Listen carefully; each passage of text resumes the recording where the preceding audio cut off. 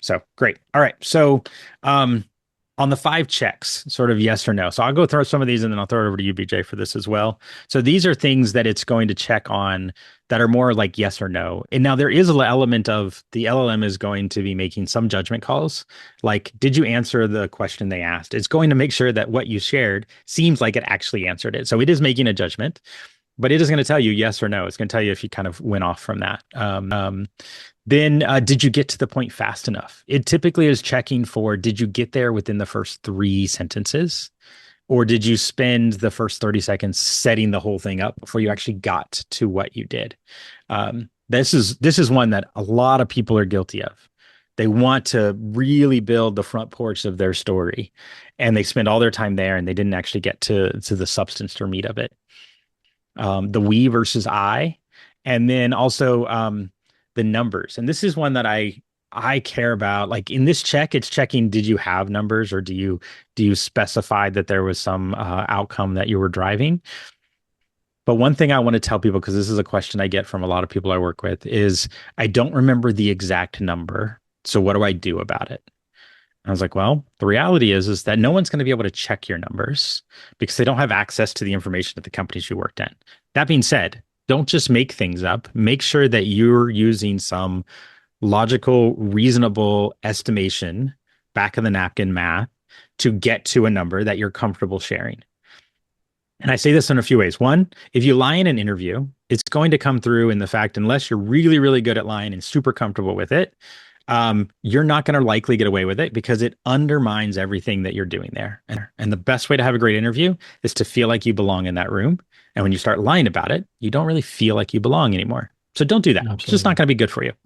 Um, Second, if you don't know your numbers well enough to defend them when people start to poke and prod at it, it gets really uncomfortable. And once again, you don't feel like you belong in the room and the interview kind of goes sideways. So if you're going to claim a number, which you should just make sure that you understand how you got there and that you've kind of gone through and kind of level set that. So this is just going to check if the numbers are there. It's not going to check that you're actually feel comfortable with it, but that's just a caveat. You should definitely be comfortable with those numbers. And then did your answer end on a result or did it trail off? So we did this numbers and then we did a couple of other things and then I made a couple of learnings and then I was sort of thinking maybe there's like seven other things that maybe I could have done differently. Like we want to take them to the peak and then celebrate. That's how you want this answer to go. So it's going to try to end for that or whether or not it trailed off. So that's what it's looking for there.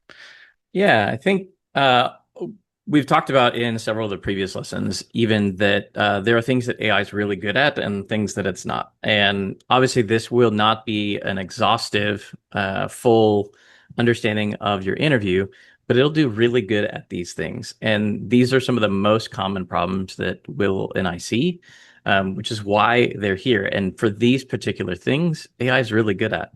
But maybe you're taking interviews because you're lacking warmth, or because you're communicating in an odd way, or your facial expressions are not matching what you're saying, or you feel too rigid. It's not going to catch those things.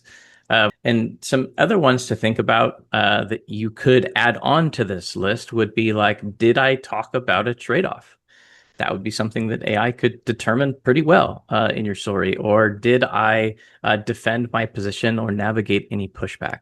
These are common things, and AI would do a great job of answering those. And so, with everything that Will and I give you, it's meant to be something that you would continue to build onto.